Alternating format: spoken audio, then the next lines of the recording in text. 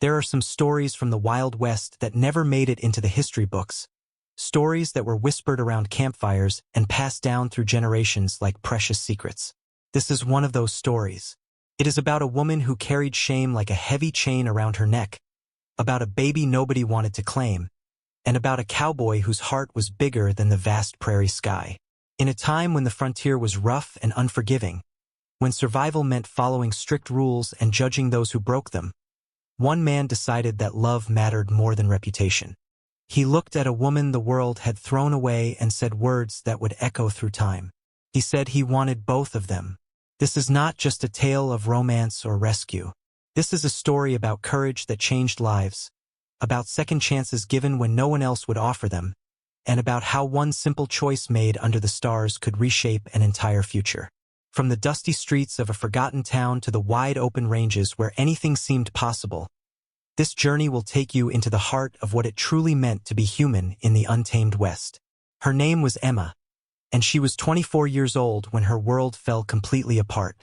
She had grown up in a small town in Kansas where everybody knew everybody else's business before they even knew it themselves.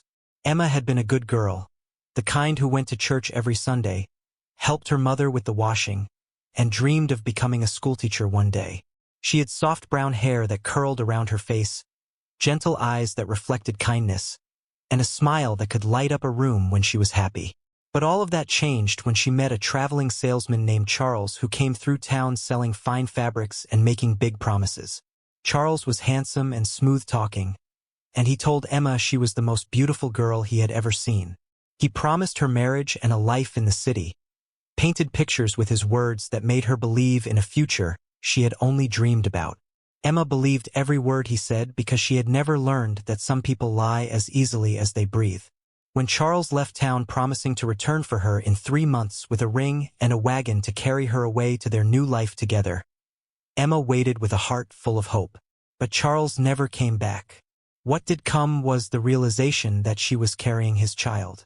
The baby growing inside her was proof of her mistake, visible evidence that she had trusted the wrong man and broken the rules that held her community together. When Emma's father found out, his face turned red with rage and shame.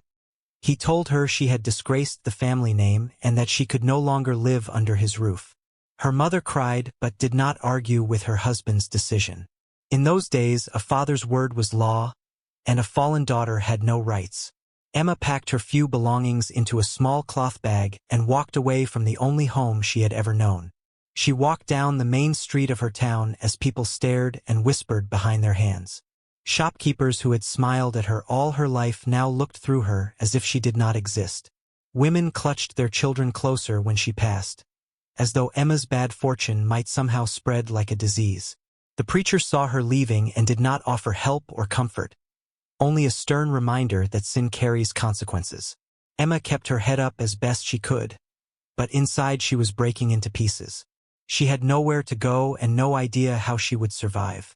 All she knew was that she had to keep walking, keep moving, keep trying to find someplace that might take her in before the baby came and left her completely helpless. For weeks Emma wandered from town to town, knocking on doors and asking for work.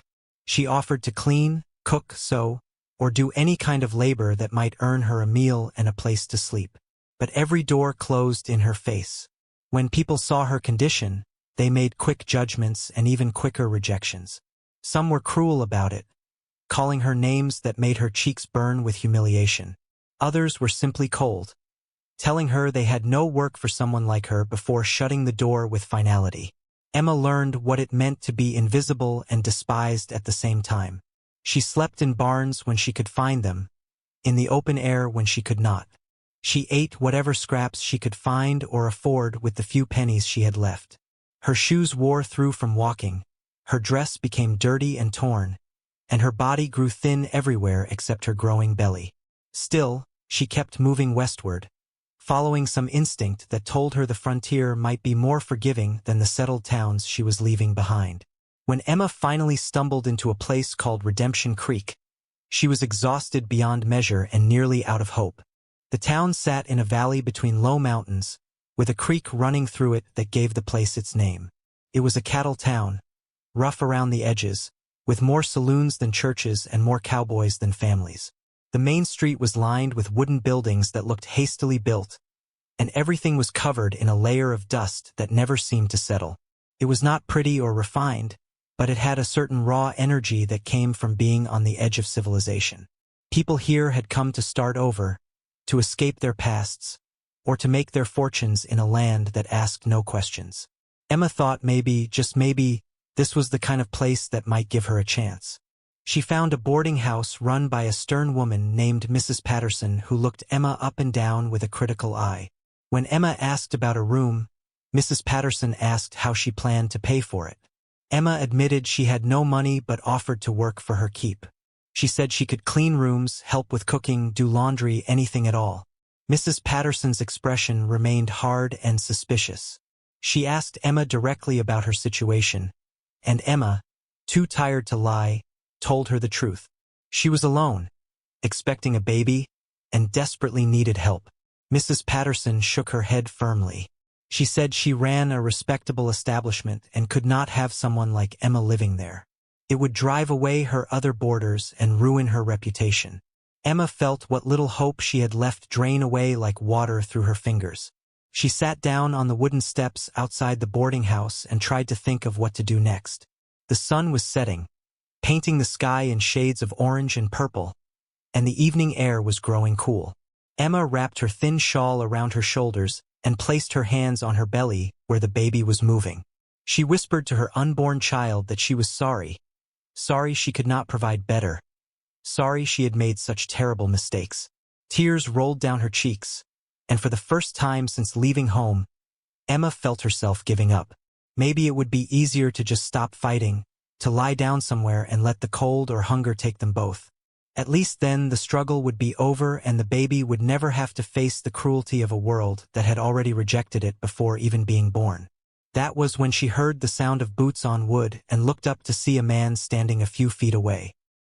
He was tall and lean, dressed in worn cowboy clothes with a hat pulled low over his eyes. His face was weathered from sun and wind, with lines around his eyes that suggested he had seen his share of hardship. He stood there looking at her with an expression she could not quite read, and Emma felt a flash of fear. She had learned that men could be dangerous, especially to women in vulnerable positions. But when he spoke, his voice was gentle and held no threat. He asked if she was all right, which was such a ridiculous question given her obvious situation that Emma almost laughed. Instead, she told him the simple truth. She said no, she was not all right, and that she did not know what she was going to do. The cowboy's name was Jake, and he was 32 years old with a past that had taught him about loss and loneliness. He had come west from Texas after his family's ranch was destroyed in a drought that killed their cattle and their dreams along with them. Jake had spent the years since then working as a hired hand on various ranches, never staying anywhere too long, never putting down roots because he had learned that everything you love can be taken away. He was good with horses and cattle, honest in his dealings, and respected by the men he worked with. But Jake kept people at arm's length, protecting himself from the pain of caring too much. He told himself he preferred being alone, that it was simpler and safer that way. But the truth was he was just afraid of losing someone else the way he had lost his family. When Jake saw Emma sitting on those steps looking completely defeated, something stirred inside him that he had kept buried for years. He saw beyond the dirty dress and the desperate situation to the person underneath, someone who was fighting hard to survive against impossible odds. He recognized that kind of courage because he had lived it himself. Without really thinking about why he was doing it, Jake asked Emma when she had last eaten. She admitted it had been 2 days since she had any real food. Jake nodded and told her to wait right there. He walked down the street to the general store and bought bread, cheese, dried meat, and an apple. He brought it back to Emma and handed it to her without ceremony or condescension. He simply said she looked like she needed it more than he did. Emma stared at the food and then at Jake with confusion and disbelief. Nobody had shown her kindness in so long that she had almost forgotten what it felt like. She asked him why he was helping her, what he wanted in return. Jake looked uncomfortable with the question, shifted his weight from one foot to the other, and finally said he did not want anything. He said sometimes people just needed help, and if he could provide it, he would. Emma's eyes filled with tears again, but this time they were tears of gratitude rather than despair. She ate slowly, trying to make the food last, while Jake sat down a respectful distance away on the steps and looked out at the street. They sat in silence for a while, and then Jake asked her story. Emma hesitated, afraid that if she told him the truth, he would walk away like everyone else. But something about his quiet presence made her feel safe enough to be honest. She told him everything. About Charles and his empty promises, about the baby, about being thrown out by her family and rejected by every town she passed through. She told him about the shame and fear and exhaustion that had become her constant companions. She said she knew she had made mistakes, but that she had never imagined the punishment would be so severe or so endless. When she finished talking, she waited for Jake to make his excuses and leave. Instead, he asked her a simple question. He asked what she planned to do now. Emma admitted she had no plan, no options, and no hope. She said that nobody wanted a woman with a baby that was not born within marriage, that she was marked and ruined and worthless in the eyes of the world. Jake was quiet for a long moment, and Emma could see he was thinking hard about something. Then he turned to look at her directly and said something that made her heart skip a beat. He said that maybe the world was wrong about her. He said that having a baby did not make someone worthless, and that making a mistake did not mean she deserved to be abandoned. He told her about a ranch about 5 miles outside of town where he worked, a place called the Running River Ranch. The owner was a man named Tom Brennan who was fair and decent. Tom's wife had died the previous winter, and he was struggling to manage the household while running the ranch. Jake said he thought Tom might be willing to hire Emma as a housekeeper if Jake vouched for her. It would mean hard work, but it would also mean a roof over her head, food to eat, and a safe place for the baby to be born. Jake rode out to the Running River Ranch that night and talked to Tom Brennan for a long time. Tom was a man in his 50s with gray hair and a kind face marked by grief. He had loved his wife deeply, and her death had left him lost and struggling. The ranch house had fallen into disrepair, meals were haphazard at best, and Tom was drowning in tasks he did not know how to handle. When Jake explained Emma's situation, Tom's first reaction was skeptical. He had heard stories about women who found themselves in trouble and then brought that trouble to everyone around them. But Jake spoke up for Emma in a way that surprised even himself. He told Tom that Emma seemed like someone who had been dealt a bad hand but was trying her best to play it with dignity. He said she was willing to work hard and that everyone deserved a chance to prove themselves. Something in Jake's conviction persuaded Tom to at least meet Emma and make his own judgment. The next morning, Jake returned to town and found Emma still sitting on those steps where he had left her. She had slept there, too afraid to wander off in case he came back and could not find her. When Jake told her that Tom Brennan had agreed to meet with her, Emma could hardly believe it. She asked Jake why he was doing this for her, a stranger he owed nothing to. Jake did not have a good answer except to say that maybe he was tired of looking the other way when someone needed help. They rode out to the Running River Ranch together on Jake's horse, with Emma sitting behind him holding on carefully. She was acutely aware of how close they were, of the solid strength of his back and the gentle way he handled the horse to make sure the ride was not too rough for her. When they arrived at the ranch, Emma saw a sprawling property with a main house that looked worn but sturdy, a large barn, several corrals filled with horses and cattle, and land that stretched to the horizon. Tom Brennan came out to meet them, and his eyes went immediately to Emma's condition. But instead of judgment, Emma saw weariness and something like understanding in his face. Tom invited her inside, and what Emma saw took her breath away for all the wrong reasons. The house was a disaster. Dishes were piled in the kitchen, dust covered every surface, clothes were scattered about, and there was a general air of neglect that came from a man who had given up on maintaining his home. Tom looked embarrassed as he showed her around and explained apologetically that things had gotten away from him since his wife passed. Emma felt something shift inside her as she looked at the chaos. Here was something she could fix, something she knew how to do. She had been helping her mother run a household since she was a little girl. She knew how to cook and clean and organize. She knew how to turn a house into a home. For the first time in months, Emma felt useful rather than useless. She turned to Tom and told him honestly that she could handle this work. She said she would clean, cook, do laundry, manage the household, and anything else he needed. She admitted she would need help when the baby came, but after that, she would work harder than anyone he could hire. She promised she would not cause trouble or bring shame to his ranch. She just needed a chance, one single chance to prove her worth. Tom studied her face for a long moment, and Emma met his eyes steadily, letting him see her desperation but also her determination. Finally, Tom nodded and said he would give her a trial period of 1 month. If she worked out, she could stay on with wages of $3 a month plus room and board. If not, they would part ways with no hard feelings. Emma agreed immediately, relief flooding through her so powerfully she thought her knees might give out. Tom showed her to a small room off the kitchen that had apparently been used for storage. It was cramped and dusty, but it had a narrow bed, a window, and a door that closed. To Emma, it looked like paradise. She thanked Tom with tears in her eyes, and then she thanked Jake, who had been standing quietly by the door watching the whole exchange. Emma started working immediately, not wanting to waste a single moment of the chance she had been given. She cleaned that house from top to bottom, scrubbing floors, washing windows, beating dust from rugs, and organizing every cluttered space. She cooked hot meals that filled the house with aromas Tom had not smelled since his wife died. She mended torn clothes, patched holes, and brought order to the chaos. Tom watched her work with growing appreciation and relief. Within a week, the house was transformed, and Tom told Emma that the trial period was just a formality. As far as he was concerned, she had the job for as long as she wanted it. Emma felt a weight lift from her shoulders that she had been carrying for so long she had forgotten what it felt like to stand up straight.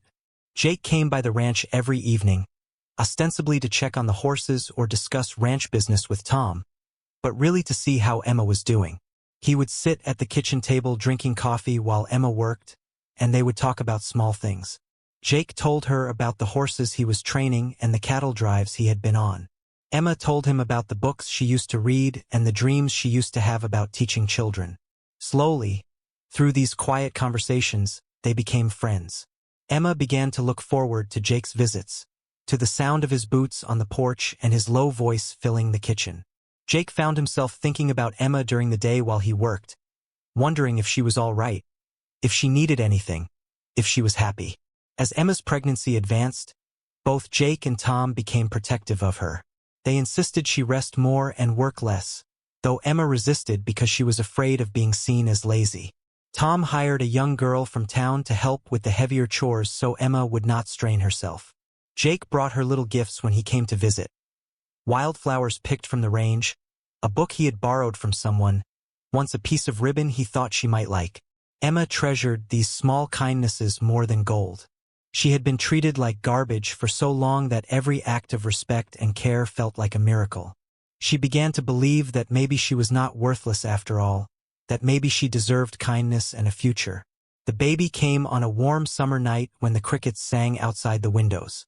The birth was attended by Tom's neighbor, a woman named Mrs. Calloway who had delivered dozens of babies in her time. Jake paced outside the house, unable to settle or focus on anything else. When he finally heard the baby's cry pierce the night air, he felt a relief so profound it surprised him. Mrs. Calloway came out an hour later and told the men that Emma had a healthy baby girl and that both mother and child were doing fine. Jake asked if he could see them, and Mrs. Calloway smiled knowingly before nodding her permission. Jake entered the small room off the kitchen and saw Emma propped up in bed, exhausted but glowing, holding a tiny bundle wrapped in clean cloth. The baby was perfect, with a small round face and a tuft of dark hair. Emma looked up at Jake with eyes that held both joy and fear. She whispered that her daughter was beautiful but that she was also terrified. Emma said that now the baby was here, the reality of her situation felt even more overwhelming. She said she knew that most men would not want anything to do with a woman who had a child from another man, that she and her daughter would probably always be alone, that doors would always close in their faces. She said quietly, with heartbreak in her voice, that no one would ever want her with her baby. Jake stood there looking at Emma and the infant she held so tenderly, and something crystallized inside him. He had been fighting feelings for Emma for months, telling himself he was just being helpful, just being a friend. But the truth was he had fallen in love with her. He loved her strength and courage, her kindness despite the cruelty she had faced, her fierce determination to protect her child. He loved the way she laughed at his terrible jokes and the way she listened when he talked about his dreams. He loved who he was when he was around her, the way she made him want to be better and do more. And looking at that baby, he felt a fierce protective love rising in him that had nothing to do with blood and everything to do with choice. Jake sat down on the edge of the bed, careful not to jostle Emma or the baby. He reached out and gently touched the infant's tiny hand with one calloused finger. The baby's fingers wrapped around his automatically, and Jake felt his heart crack wide open.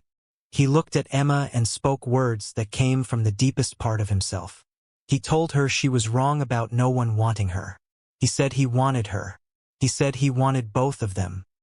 He told Emma that he had never expected to feel this way again after losing his family, that he had convinced himself he was fine being alone. But she had changed everything. She had reminded him what it meant to care about someone, to want to protect them and build a life with them. He said if she would have him, he wanted to marry her, to be a father to her daughter, to create a family together.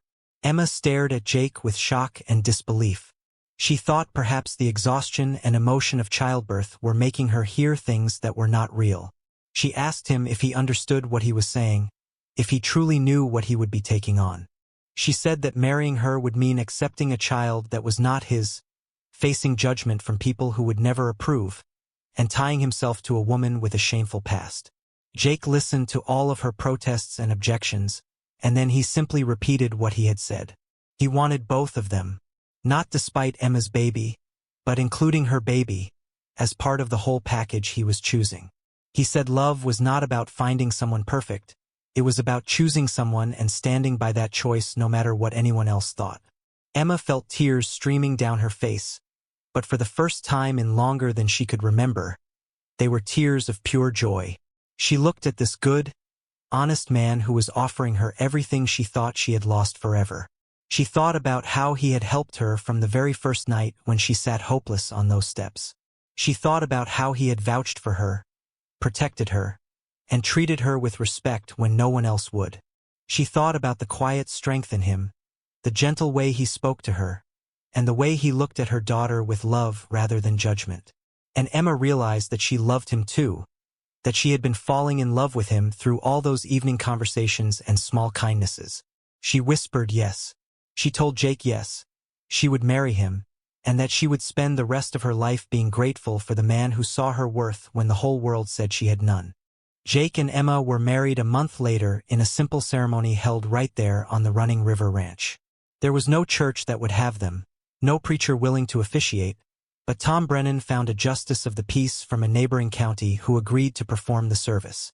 The wedding was small, attended only by Tom, Mrs. Calloway, a few ranch hands who worked with Jake, and Emma's baby daughter who slept through the whole thing wrapped in a blanket. Emma wore a simple dress that Mrs. Calloway had helped her make from fabric Jake had bought. It was nothing fancy, just plain blue cotton, but Emma felt beautiful in it because of the way Jake looked at her when he saw her. They stood under the wide open sky with mountains in the distance and spoke their vows to each other. Jake promised to love and cherish Emma, to protect her and her daughter, and to build a life worthy of them. Emma promised to love and honor Jake, to stand beside him through whatever came, and to be a partner in all things. When the justice of the peace pronounced them married, Jake kissed Emma gently and then picked up the baby and kissed her forehead too, claiming her as his daughter in front of everyone present. They named the baby Grace because Emma said that was what Jake had given her. Grace when she deserved judgment. Grace when she was at her lowest. Grace that saved her life and gave her a future. Tom Brennan gave Jake and Emma a wedding present that stunned them both. He offered to sell them a portion of his land, about 200 acres along the river, at a price Jake could afford through work rather than cash. He said he was getting older and did not need all the land he owned. He said Jake had been like a son to him and Emma like a daughter, and he wanted to see them build something of their own. Jake accepted with gratitude that left him unable to speak for a moment. This was the dream he had given up on after losing his family's ranch in Texas. The dream of having his own land, his own place, his own legacy to build.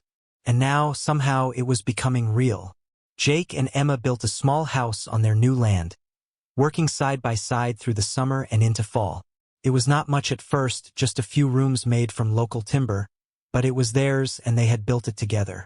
Emma planted a garden and tended chickens while carrying Grace on her back. Jake worked with horses, building a reputation for training animals that were reliable and even-tempered.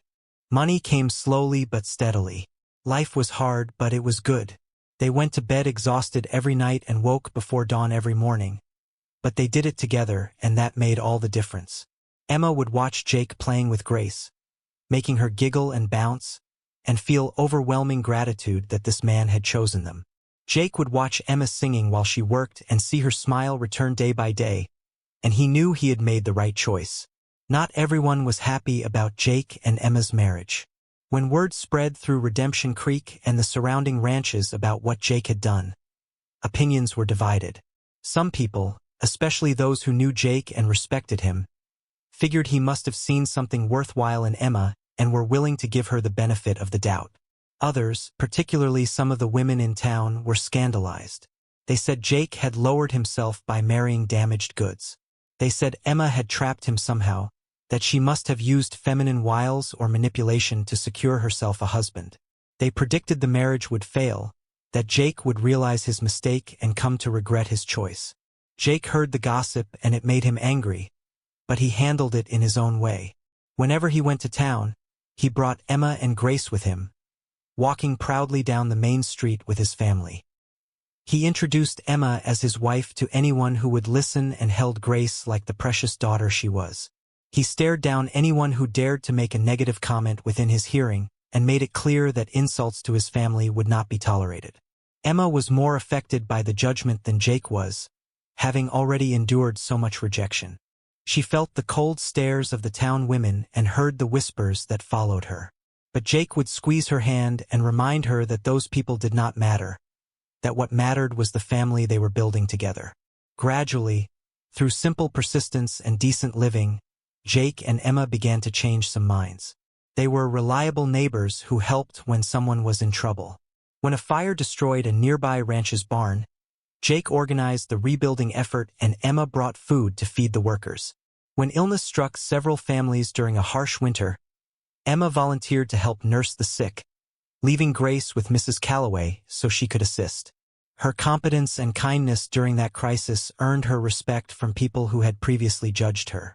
They realized that Emma was not the scandalous woman they had imagined, but rather someone who had made a mistake and was working hard to build a good life despite it. The real turning point came when Grace was about 3 years old and Emma gave birth to a son they named Samuel. This baby was unquestionably Jake's, born within marriage, and somehow that legitimacy seemed to retroactively improve Emma's standing in the community. Women who had shunned her suddenly wanted to visit and give advice about raising a boy. The fact that Jake and Emma's marriage was obviously strong and their family happy made people reconsider their earlier harsh judgments. Children from neighboring ranches began playing with Grace and Samuel, and Emma found herself slowly being included in the community activities she had once been excluded from. It was not universal acceptance, and there were still those who would never fully embrace her, but it was enough. It was more than Emma had ever dreamed possible. Years passed and Jake and Emma's ranch prospered. They added more land, built a larger house, and raised Grace and Samuel along with 2 more children who came later, twin girls they named Hope and Faith. Jake's horse training business became well known throughout the territory, and Emma's garden and poultry operation provided extra income. More importantly, they built a family founded on love, acceptance, and the understanding that everyone deserves second chances. They taught their children to judge people by their character rather than their circumstances, to show kindness to those in need, and to stand up for what is right even when it is difficult. Grace grew up knowing she was chosen and loved. Jake never treated her differently from the children he had fathered himself, and she called him Papa with genuine affection and devotion. As she got older and understood her origins, Grace asked her mother about her biological father. Emma told her the truth, that she had made a mistake with a man who did not keep his promises. But that mistake had given her Grace, and that was something she would never regret. She told Grace that real fathers are made through love and choice, not just through biology. and that Jake was her real father in every way that mattered.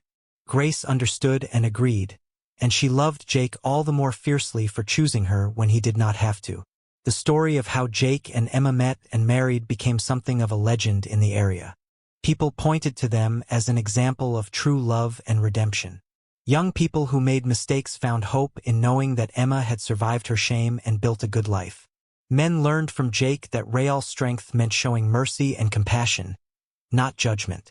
The Morrison family, as they became known, represented the best of what frontier life could be. Tough but fair, hard but kind, strict but forgiving. They helped build the community into something more tolerant and understanding than it had been before. When Grace grew to adulthood, she became a schoolteacher just as Emma had once dreamed of being. She was especially kind to children who came from difficult circumstances, remembering her own mother's story. Samuel took over the horse ranch when Jake got older, expanding it further and maintaining the reputation his father had built. The twins married local men and stayed close by, creating a web of family that stretched across the territory. Jake and Emma grew old together on the land they had claimed, sitting on their porch in the evenings watching the sun set over the mountains, holding hands and remembering the night he told her he wanted both of them. This story from the Wild West reminds us that the greatest acts of courage often happen in quiet moments rather than dramatic showdowns. Jake Morrison never drew his gun in a famous duel or led a charge against outlaws. His bravery was shown in choosing to love someone the world had rejected, in standing beside her when it would have been easier to walk away, in claiming a child who was not his blood but became his daughter through choice. Emma showed her own form of courage by surviving when survival seemed impossible, by accepting help when pride might have made her refuse it, and by choosing to trust again after being betrayed. Together they proved that love is not about finding someone perfect but about choosing someone and honoring that choice every single day. Their story also teaches us about the power of second chances and the danger of harsh judgment. Emma could have died alone and desperate if not for one man who looked past society's condemnation to see her true worth. How many other people in history have been lost because no one offered them grace? How many potential good lives were destroyed by communities that valued reputation over redemption? The Wild West was a harsh place, but it was also a place where reinvention was possible, where a person could become something new if given the opportunity. Jake gave Emma that opportunity, and she seized it with both hands and built something beautiful from it. In the end, the legacy of Jake and Emma Morrison was not measured in acres of land or numbers of horses sold. It was measured in the children they raised, the community they helped build, and the example they set for everyone who knew their story. They showed that family is not always about blood connections but about the connections we choose to make and honor. They showed that shame does not have to be permanent and that one person's kindness can redirect an entire life. They showed that love, real love, sees beyond the surface to the person underneath and chooses them anyway, completely and without reservation. When Jake whispered to Emma that he wanted both of them, he was not just accepting her situation. He was embracing it fully and making it his own. That choice echoed through generations and continues to echo still, reminding us that sometimes the most important thing we can say to someone is simply this: I choose you, all of you, exactly as you are.